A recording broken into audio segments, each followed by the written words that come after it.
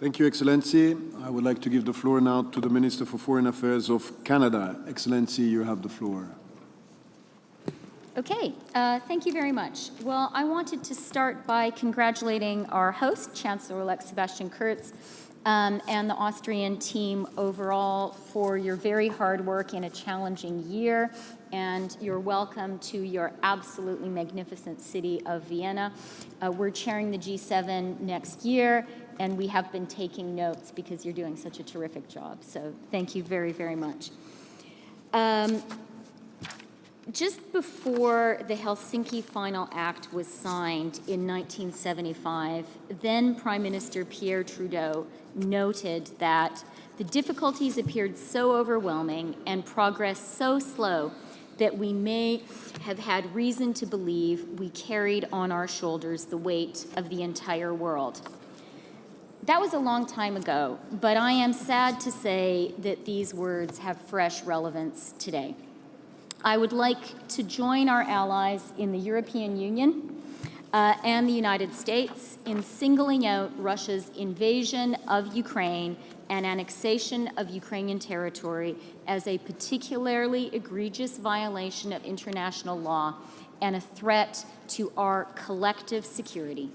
Canada stands by Ukraine and supports its sovereignty, independence, and territorial integrity, and we condemn Russia's actions both in Crimea and in the Donbass.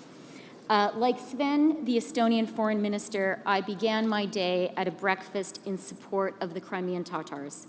And I would like to take this opportunity to particularly highlight the oppression this brave group of people is facing and to offer them Canada's support. Canada also stands with Georgia and Moldova when they call for their sovereignty and territorial integrity to be respected. I'd like to also commend the brave and dedicated work of the OSCE's Special Monitoring Mission to Ukraine and recognize the sacrifice of Joseph Stone, the American paramedic. We honor him, and that's important to do. The OSCE mission faces unacceptable threats and access restrictions. The SMM must be given security guarantees and unhindered access to all of Ukraine within its recognized international borders.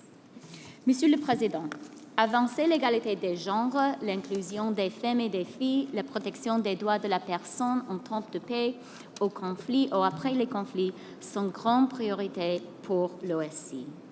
Nous savons que les conflits affectent d'une manière disproportionnée les femmes et les filles, incluant à travers la violence sexuelle.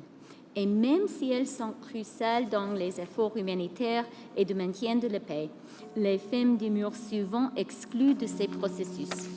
Cela doit changer. Le deuxième plan du Canada pour les femmes, la paix et la sécurité a comme objectif d'inclure la considération des genres dans notre approche pour la sécurité. Nous applaudissons le travail de l'OSCE, en particulier de la Conseil principal pour les genres et son équipe, en supportant les États qui développent leurs propres plans et en offrant de la formation spécialisée pour amener la question des genres dans tous les aspects de l'OSCE. Le Canada continuera de promouvoir ces efforts. Le défi est grand, mais le potentiel pour la sécurité est encore plus grand. The attempts of some OSCE states to roll back provisions of democracy and rule of law, including by restricting freedom of the media and pressuring civil society organizations, undermine democracy and adversely affect everyone, in particular vulnerable groups such as migrants, women and girls, LGBTQ people, and people with differing faiths and beliefs. All governments, including my own, face challenges when adapting to our world and security threats. As we face these issues, we must keep in mind that our OSCE commitments and our international obligations guarantee the universality of human rights and fundamental freedoms. These rights and freedoms do not vary as a function of culture, social context, or time. They apply equally to citizens, residents, and migrants, and we in Canada believe our government must also be held to account. That's why last month, my Prime Minister Justin Trudeau formally apologized to LGBTQ Canadians for the historical discrimination they suffered in our country at the hands of our government, simply for who they were and who they loved. Per finire, voglio dire ai nostri amici italiani e al Ministro Alfano che sarà un piacere per noi di lavorare con voi pendente loro prossimo. Grazie mille. Thank you, Excellency.